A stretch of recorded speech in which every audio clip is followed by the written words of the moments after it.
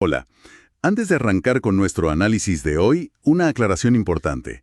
Este material está pensado especialmente para los alumnos y alumnas del Colegio número 35, Camino del Peregrino, que están cursando la educación secundaria. Hoy nos metemos en un periodo súper intenso de la historia argentina. Vamos a hablar de lo que pasó justo después de la caída de Perón en 1955. Es la llamada Revolución Libertadora. Queremos ver qué pasó y por qué sigue siendo importante usando los textos que tenemos como guía. Todo empieza con el golpe de Estado de septiembre del 55. Asume el general Eduardo Lonardi, ¿no? Y con una frase que sonaba, bueno, a buscar la calma. Ni vencedores ni vencidos. Exactamente. Lonardi representaba, digamos, un ala del antiperonismo que buscaba algo distinto. Tenía apoyo de nacionalistas del ejército, también de grupos católicos. Su idea era, bueno, terminar con lo que ellos veían como el personalismo de Perón, la corrupción, pero ojo, querían mantener ciertas conquistas sociales. Intentaban, o al menos decían que intentaban, respetar a los peronistas.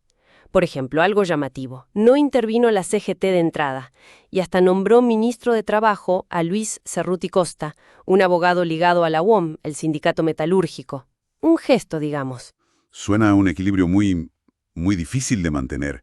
¿Cómo cayó eso en los otros grupos que apoyaron el golpe? Me imagino que no todos estaban en esa línea. Y no, para nada. Ahí estuvo el nudo del problema. Lonardi chocó casi al toque con otros militares muy duros, sobre todo la Marina, que la lideraba el vicealmirante Isaac Rojas, y también con muchos políticos y civiles antiperonistas. Esta gente no quería saber nada de ni vencedores ni vencidos. Buscaban, bueno, erradicar al peronismo por completo, sacarlo del mapa. Esa tensión, digamos, hizo que el gobierno de Lonardi fuera débil desde el principio. No tenía una base sólida. Claro, o sea, la misma coalición que lo puso en el poder estaba rota por dentro. ¿Y eso cómo terminó? Y bueno, terminó rápido. Lonardi no aguantó la presión. El 13 de noviembre de 1955, fíjate, menos de 2 meses después de asumir, lo obligaron a renunciar.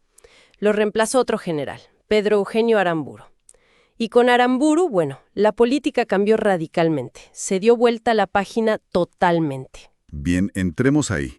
La etapa de Aramburu. Acá surge un concepto clave que vamos a escuchar mucho. Desperonización. ¿Qué fue eso exactamente? Fue, digamos, una política de Estado. Sistemática, organizada.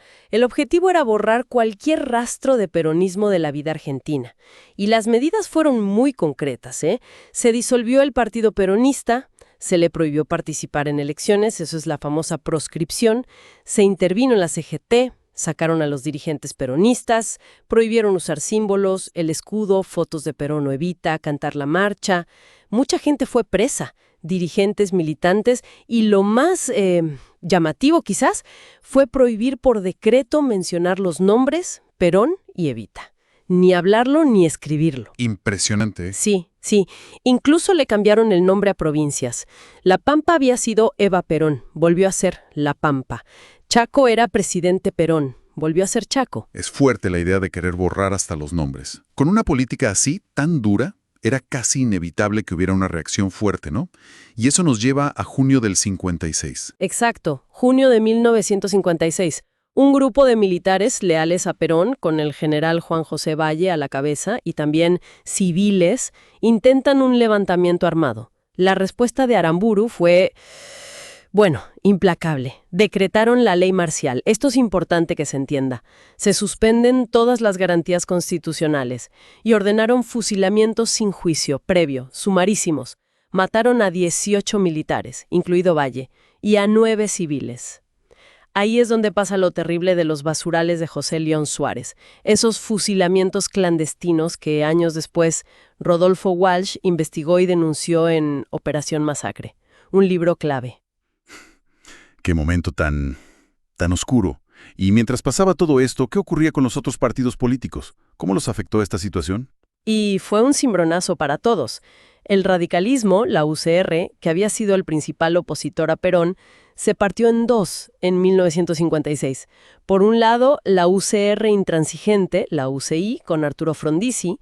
Por otro, la UCR del pueblo, la UCRP, con Ricardo Balbín. Una división que marcó mucho la política después.